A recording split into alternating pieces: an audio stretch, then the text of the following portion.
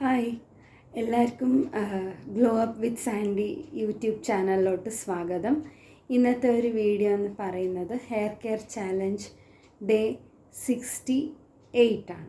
Okay, അപ്പോൾ ഇന്നത്തെ ഒരു ദിവസം എന്താണെന്ന് വെച്ചാൽ ചെയ്യേണ്ടത് ഒരു ഹെയർ പാക്കാണ്. ഓക്കെ, അതിൽ കറി ലീവ്സ് എടുക്കാം, പിന്നെ അലോവേര ജെൽ മാത്രം എടുത്തിട്ട് രണ്ടും നന്നായിട്ട് മിക്സറിലിട്ടിട്ട് നന്നായി പേസ്റ്റാക്കുക. ഓക്കെ, അത് തരി ഉണ്ടാവാൻ പാടില്ല. പേസ്റ്റാക്കിയിട്ട് അതിൽ നിങ്ങൾ ഡ്രൈ ഹെയർ ആണെങ്കിൽ നിങ്ങൾ ഏത് വെളിച്ചെണ്ണ ഇല്ലെങ്കിൽ നിങ്ങൾ ഏത് എണ്ണ യൂസ് ചെയ്യുന്നോ അത് ഉപയോഗിക്കാം. ഓക്കെ, അതിട്ടിട്ട് നന്നായി മിക്സ് ചെയ്യാം. ഓക്കെ, മിക്സ് ചെയ്ത് ഇങ്ങനെ ഇവിടെ റിസൈഡിങ് ഹെയർ ലൈൻ എന്ന് പറയുമല്ലോ, നെറ്റിക്കയറ ഭാഗം, പിന്നെ ഇവിടെ സ്കാൽപ്പിലൊക്കെ മുടിയില്ലാത്തവിടെയൊക്കെ നന്നായിട്ട് അപ്ലൈ ചെയ്ത് വിടുക. ഓക്കെ, 20 to 30 minutes ആണ് അത് സ്കാൽപ്പിൽ അബ്സോർവ് ചെയ്യാൻ വിടേണ്ടത് നിങ്ങൾക്ക്. ഓക്കെ, അത് കഴിഞ്ഞിട്ട് പ്ലെയിൻ വാട്ടറിൽ അത് full hair pack wash out ചെയ്ത് കളയണം. പിന്നെ സ്കാൽപ്പിലൊന്നും ഒട്ടാൻ പാടുള്ളതല്ല. ഓക്കെ, അപ്പോൾ നെക്സ്റ്റ് കുളി കഴിഞ്ഞിട്ട് ഞാൻ കാണിച്ചതുപോലെ തന്നെ നിങ്ങൾക്ക് അലോവേര ജെല്ലോ ഇല്ലെങ്കിൽ ഇത് ഹെയർ സിറമോ ഇല്ലെങ്കിൽ ലൈറ്റായിട്ടുള്ള ഒരു ഹെയർ ഓയിൽ നിങ്ങൾക്ക് എൻഡ്സിലൂടെ തടവി വിടാവുന്നതാണ്.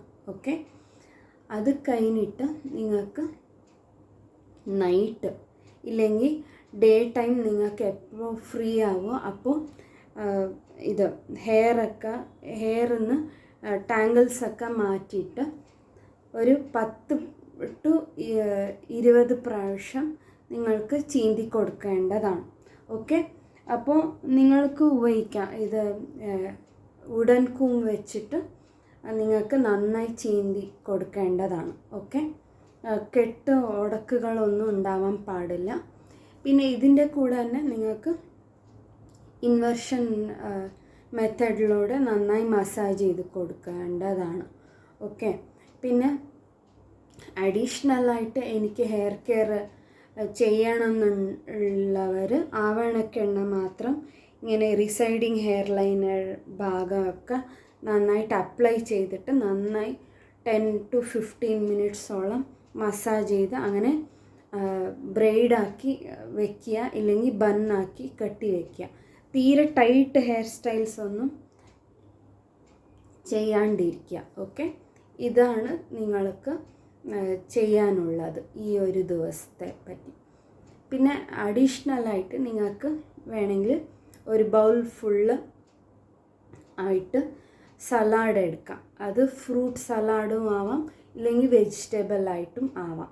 ഓക്കെ, ഏതെങ്കിലും ഒന്ന്.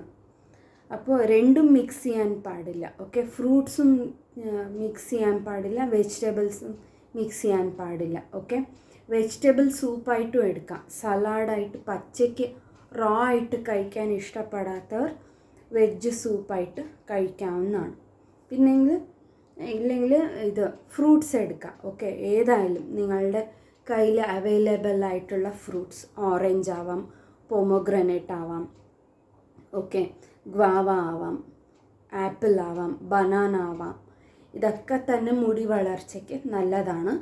ഇതിലത്തുള്ള മിനറൽസും വിറ്റമിൻസൊക്കെ ഞങ്ങളുടെ മുടിക്ക് നല്ലതാണ്. ഓക്കെ, സ്കിന്നിനും നല്ലതാണ്.